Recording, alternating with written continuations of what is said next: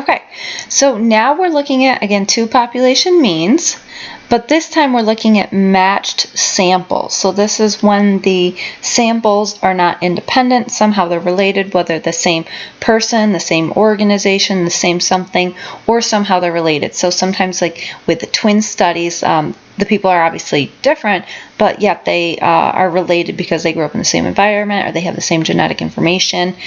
So again, the process is the same that we've looked at before.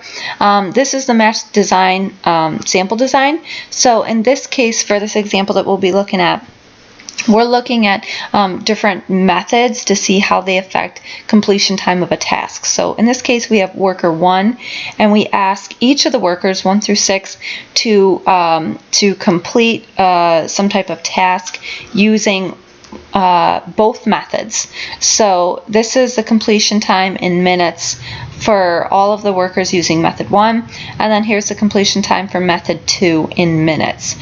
So what we want to do is we want to see, ultimately which method is better in terms of having workers complete the task faster. So in this example, what we're really looking at is the difference in completion time.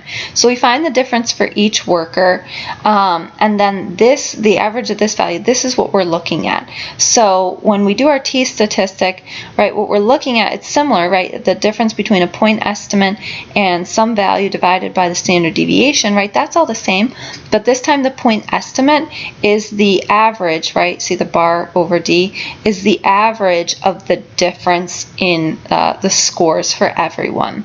So that is how this test works. But again, it's very simple, right? Very similar to what we've learned about before. We're finding the difference between the point estimate and then the population mean.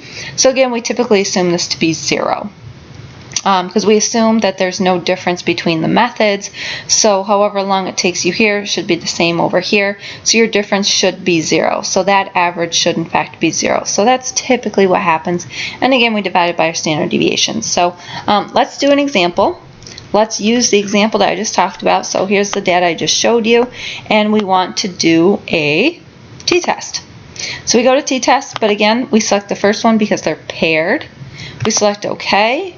We input the data. So for variable 1, we have method 1, and for variable 2 range, right, we have method 2 and all the observations. Hypothesized mean difference, again, is 0. Alpha, 0.05, we're including the labels. And for the output range, select wherever you want your output to appear and hit OK. And that appears. Here are our results. We have the means. Right, so if we look at the means, right, what's the difference between method 1 and method 2? Right, it's about 0.3. Again, that information is in minutes. Here we have the variance. So again, we can take the square root to find the standard deviation. We only have 6 observations, so that's actually not a lot. So it's kind of not looking too great in terms of maybe finding a difference overall, but I mean it's not too bad. They do give us the correlation, not that we have to worry about that. Here's that hypothesized mean difference. Here's the degree of freedom, which is equal to n minus 1. N is our sample size. We have 6. 6 minus 1 is 5. Here's our t-statistic. So again, it's close to 2. So again, it might be significant, it might not. And of course, it depends on a 1 or 2-tailed test. Let's assume a 2-tailed test. We just want to see which method is faster. We're not really sure which one is. And we'd look at this, and the p-value is not less than 0.05, so we would fail to reject the null and say that basically there's no difference in the average completion time for these two populations.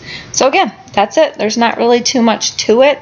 There's another example that I have here in the slides. So if you're interested and you want to do that, it's under the Math Writing tab.